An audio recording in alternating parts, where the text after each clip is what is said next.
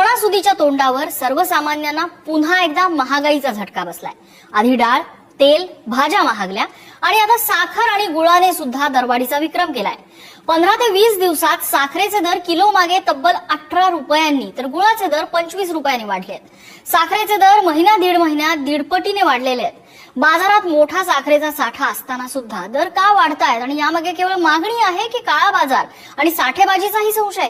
बघूया हा विशेष रिपोर्ट। सणांचा हंगाम सुरू होण्याआधीच साखरेच्या दराने मोठी उसळी घेतली। महिना दीड महिन्यापूर्वी 45-46 रुपये किलो मिळणारी साखर थेट 67 ते 70 रुपये किलो झाली। घाऊक बाजारात सुद्धा साखरेचे दर प्रति क्विंटल सुमारे 1200 रुपयांनी वाढून 6000 ते 6350 पर्यंत पोहोचले। त्यामुळे घरगुती वापरापासून मिठाई, बेकरी, हॉटेल आणि पेय उद्योगांपर्यंत सर्वच क्षेत्रांवर परिणाम व्हायची भीती आहे। पहिले झाले 4000, 4000 झाले 4200, 42 झाले 5000, 5000 नंतर आले 6000, 6000 नंतर 6100, 6100 6500, 65 का हो गया 7000, आज होगा 7500। जुलै महिन्यात साखरेचे भाव 40 रुपये किलो होते। मागच्या एक महिन्यापासून 1 तारखेपासून 50 झाले, आता 10 दिवसा पहिले 55 झाले, आता 2 दिवसामध्ये 60 झाले। आजची किंमत त्याची 75 रुपये। आमच्याकडे जुन्या भाव तुम्हाला आम्ही 72 विकत आहे। आजचे भाव कमीत कमी 75 वर आहेत। साखरेचे सध्याचे दर बघितले तर लहान साखर 66 रुपये प्रति किलो, मध्यम साखर 68 रुपये प्रति किलो आणि जाडी साखर 70 रुपये प्रति किलो। घाऊक दर आहेत 6100 ते 6350 रुपये प्रति क्विंटल। कधी कधी रेट कमी होतात, कधी जास्त होतात। हा मार्केटमध्ये निर्यात आयात त्या ठिकाणी स्टॉकिंग वगैरे हा विचार त्या ठिकाणी असतो। त्यामुळं कधी जास्त होत असतं, त्यामुळे कधी कमी होतं, कधी जास्त होतं। दरवाढीचं सर्वात मोठं आश्चर्य म्हणजे राज्यात आणि विशेषतः कोल्हापूर विभागात साखरेचा मोठा साठा उपलब्ध आहे।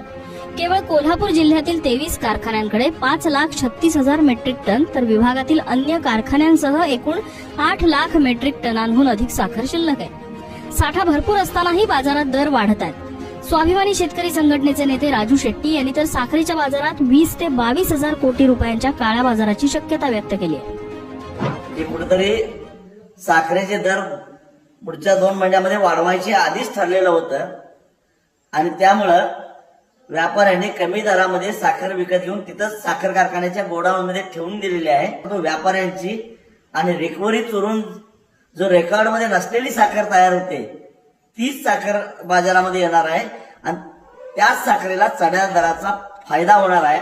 म्हणजे हे पैसे रिकव्हरी चोरून काळा पैसा तयार करणाऱ्या कारखानदारांच्या खिशात जाणार आहेत, व्यापाऱ्यांच्या खिशात जाणार आहेत। साखर दरवाढीची प्रमुख कारणं काय आहेत तर सणासुदीची वाढती मागणी, अपेक्षेपेक्षा कमी उत्पादन, इथेनॉलकडे ऊसाचं वळवणं, बाजारातील मर्यादित पुरवठा, कमी होत चाललेला अंतिम साठा। काल केंद्र सरकारने 10 लाख मेट्रिक टन कच्ची साखर म्हणजे रॉ शुगर इम्पोर्ट करायला कालचं नोटिफिकेशन काढलेलं आहे। आता ही मुदत त्यांनी 31 ऑक्टोबर पर्यंत ठेवलेली आहे आणि यामध्ये हा कोटा मला असं वाटतं खाजगी आणि सहकारी साखर कारखान्यामार्फतच करावा असं काहीतरी त्या ऑर्डरमध्ये त्यांनी नमूद केलेलं आहे। दरवाढीचा सर्वाधिक फायदा मात्र साखर कारखान्यांना होत असल्याचं चित्र आहे। प्रति क्विंटल दरात सुमारे 1200 रुपयांची वाढ झाल्यामुळे एका मेट्रिक टनामागे जवळपास 12,000 रुपयांचा अतिरिक्त फायदा कारखान्यांना मिळू शकतो। मात्र दुसरीकडे या दरवाढीचा थेट फटका सामान्य ग्राहकांना बसतोय। चहा, मिठाई, बेकरी, आईस्क्रीम आणि विविध खाद्यपदार्थ महागण्याची शक्यता व्यक्त होते। त्यामुळे साखरेच्या वाढत्या दराला आता राजकीय रंग चढायला लागलाय। माजी मुख्यमंत्री पृथ्वीराज चव्हाण यांनी राज्यातील सहकारी साखर कारखान्यांच्या विक्री प्रक्रियेवरती पुन्हा एकदा प्रश्नचिन्ह उपस्थित करत भूतकाळातील कथित घोटाळ्यांचा उल्लेख केलाय। 75 म्हटलं तर मला शॉक माहिती नाही, मी चर्चा करतो। मी एक ऊस उत्पादक शेतकरी आहे, आता सुरू केले, पूर्वी नव्हतं केलं, पण साखरेची किंमत जास्त मिळाली तर मला शेतकरी म्हणून परवडेल, पण जनतेला परवडणार नाही। दरम्यान साखरेनंतर गुळाचे दरही झपाट्याने वाढत आहेत। वाशिमसह अनेक बाजारात 50 रुपयांचा गुळ आता 72 ते 75 रुपये प्रति किलो झालाय। अवघ्या 20 दिवसात गुळाच्या दरात 25 रुपयांची वाढ झाली। गुळाच्या दराचा प्रवास बघितला तर 1 ते 5 ऑगस्ट दरम्यान 49 ते 50 रुपये दर होता। 10 ते 15 ऑगस्ट दरम्यान 60 ते 62 रुपये तर 19 ते 20 ऑगस्ट दरम्यान तो 72 ते 75 रुपयांपर्यंत पोहोचला।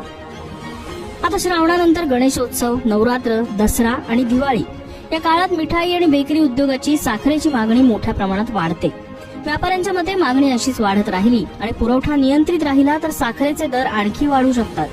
केंद्र सरकारने व्यापारी आणि डीलर्सवर साठवणुकीच्या मर्यादा लागू केल्या असल्या तरी बाजारातील तेजी कायम आहे. साखरेच्या वाढत्या दरांवर नियंत्रण मिळवण्यासाठी केंद्र सरकारलाही हस्तक्षेप करावा लागलाय. मोठ्या ग्राहकांसाठी साखर साठवण्याची मर्यादा 30 दिवसांवरून 15 दिवसांपर्यंत कमी करण्यात आली. तसंच जवळपास दशकभरानंतर 10 लाख मेट्रिक टन कच्च्या साखरेच्या शुल्कमुक्त आयातीला परवानगी देण्यात आली. ऑगस्ट महिन्यासाठी गव्हर्नमेंटने सणासुदीचा महिना असून सुद्धा 22.5 लाख टन कोटा दिलेला आहे. तो गरजेपेक्षा कमी असल्यामुळे भाववाढ सुरू झालेली आहे. अपेक्षित कोटा 25 लाखचा होता, 2.5 लाख टनाने ते कमी केला, त्यामुळे ही भाववाढ सुरू झाली आहे. आणि त्याच्यानंतर लक्षात आलं की प्रोडक्शन 320 लाख जे अपेक्षित होतं त्याच्याऐवजी जे 275 लाख टनच झालेलं आहे आणि त्यामुळे साखरेची कमतरता निर्माण झालेली आहे. सरकार आयात, स्टॉक लिमिट आणि बाजार नियंत्रणाचे उपाय करत आहे. मात्र हे उपाय ग्राहकांना दिलासा देतील की महागाईने तोंड आणखी कडू करतील याकडे आता सगळ्यांचं लक्ष आहे. ब्युरो रिपोर्ट, पुढारी न्यूज.